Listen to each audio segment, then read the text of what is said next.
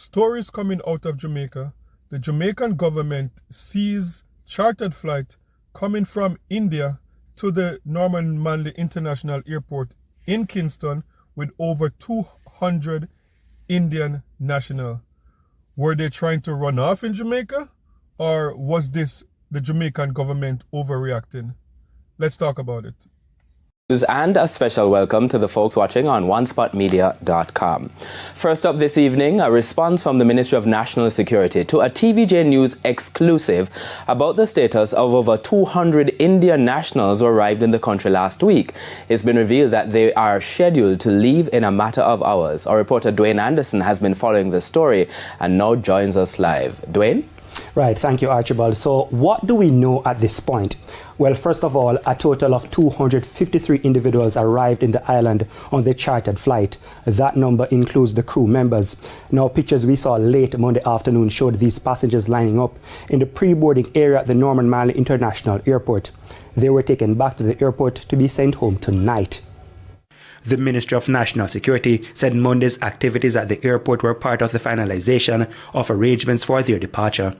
The government says the cost of their accommodation and return will be the responsibility of the charter company and not the government of Jamaica. But for many observers, their departure does not mean the end of the matter.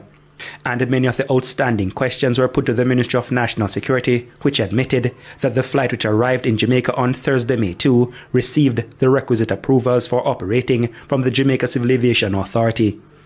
We also spoke exclusively with the managing director of the airline company. His company owns the plane that flew the chartered flight into Jamaica. Until the very day, I don't know. The citizens we had on board do not require a visa for Jamaica. We brought them there in good intention and also to pick them up in good intention. They were then refused. Until the very day, we do not have a statement from the Jamaican authorities why we are being detained or why we are being delayed to leave again. This is unacceptable, and we have still, up to the very time, received no explanation what is going on. And initially the flight, and I think this caused some hesitation, the flight was to go there, drop off the passengers, the crew does 14 hours rest, then we would have gone ferry flight to Havana, ferry, as I said, empty, to Havana. We have some passengers waiting there since a week now to be picked up and to be brought back to their destination, and then we would have returned to pick up these passengers again and flown them back. This was our itinerary. He also feels the Jamaican government breached international law when they impounded the plane on the tarmac at the Norman Manley International Airport in Kingston, and it is costing them a lot of money. We had to subcharter several aircraft to cover the schedule of aircraft, which cost us millions of dollars. Well, almost the same. We normally calculate in dollars, but well over $1 million. The Jamaican authorities, while not responding to the airline's boss, say they were alerted to the operation of the flight based on what appeared to be anomalies and missing details from its initial permit application. Additionally, the authorities indicated there were 2 passengers on the flight who did not appear on the passenger manifest. This led to investigations by PICA, and based on those checks, the decision was taken by immigration officials not to grant the passengers leave to land in Jamaica. But concerned Jamaicans are asking, why were the passengers then allowed to roam the streets of downtown Kingston given all the red flags? Our news center captured images of them shopping, sightseeing and enjoying downtown Kingston on Sunday. The government said they were to be under police guard, but we did not see any police officers with them. The Ministry of National Security, in response to why they were allowed to leave the airport's precincts, explained that given the duration of the flight, as well as civil aviation regulations for the minimum rest period, they decided it was impractical to have the passengers wait in the plane or at the airport. They were therefore allowed to leave the airport on humanitarian grounds and go to Rock Hotel in downtown Kingston, where they had reservations. No, the matter doesn't quite end there. We were also reliably informed by our sources that members of this group of Indian nationals were attempting to enter Jamaica from as far back as September 2023. Now, the real reason for their interest in Jamaica is not clear at this time, but at that time, our sources say tourism officials were told they said they wanted to visit Jamaica for quote-unquote tourism purposes.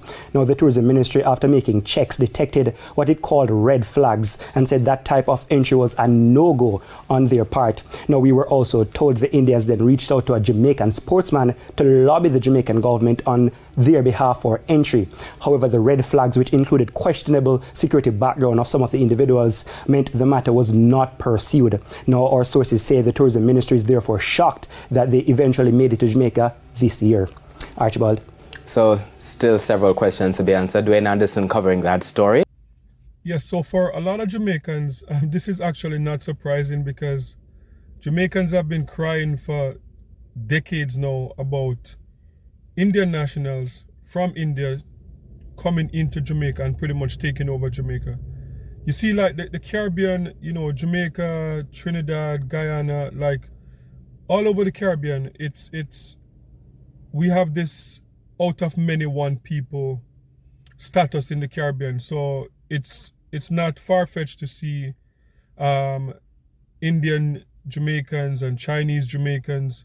So that is not far-fetched to see that in the Caribbean. But what's been happening in the past 20 years is that the Caribbean has become so attractive for people from India, people from China and those places moving in to Jamaica and to, I'm not sure about the other Caribbeans, but moving in huge numbers. So I remember, I think like about 20 years ago was the first time that I saw this type of movement where a lot of people don't know, but in Jamaica, the jewelry industry is pretty much controlled by two families out of India. So pretty much, I would say over 75% of the jewelry stores in Jamaica are controlled by Indian nationals from India, not Jamaican or Caribbean Indians. And, you know, we saw like Taj Mahal in Ocho Rios, that new mall that they built up in Ocho Rios, the Taj Mahal. And what is funny is that about 10 years ago, I went to Ocho Rios with my wife, and we were there, and we noticed like there are more Indians in Ocho Rios than actually like black Jamaicans or any other type of Jamaicans in Ocho Rios. And these were like not Caribbean Indians or Jamaican Indians. These were Indians with accent from India. We went to the Bob Marley. There was a restaurant, I'm not sure if it's still there, in Ocho Rios that's called Mama Marley. It was owned by Bob Marley's mom. Went there to have dinner, and the dinner was excellent. So, you know, I said to the waitress, like, man, like this place is, you know, it's nice. Like, can I speak to the manager? And when the manager came over, it was a guy from India with Indian accent and everything, you know. So and also the craft, which is very, very unfortunate and like very disappointing to me to know that like the Jamaican government would allow people from other country, like from India, to come in and to take over the craft. If you go to Ocho Rios, and half of the stores that are actual stores that sell craft, there are Indian nationals in there. And to me, that is unfortunate. So am I surprised? Do I think that they were trying to, you know, pull a fast one on the Jamaican government? I don't know. You know, were they there for just vacation? You know, just to come and you know, to see the beautiful island. They wanted to go to Dungeon Falls, and they planned this nice trip to just tour Jamaica and they go back to India. I'm not sure. You know, you tell me what you think, but you know, I understand the concerns of everyday Jamaicans that, you know, foreign nationals like people from India, people from China are coming in and taking away a lot of these jobs that locals could do and are not able to do. And for me, I think the most disturbing part for me is the craft, because for decades, the hospitality industry in Jamaica, with the all-inclusive environment, kind of deprive the craft vendors who do their wood carving and all these other type of craft, deprive them of making good money in Jamaica. And to see like Chinese and Indian nationals coming in now and opening these fancy craft stores even inside of the hotel store, it's kind of disheartening. So like I'm glad that the Jamaican government stepped up and see to it that hopefully everyone went back on that flight and went back to India. Yes, so let me know in the comment section, do you think these guys were on a vacation, or do you think these guys just came in to set up business in Jamaica and to spread their wings in Jamaica? Just let me know what you think in the comment section. Just sound off and let me know what you think. And please remember to like, share, and subscribe as I bring you more Caribbean content. And remember, peace. I'm out.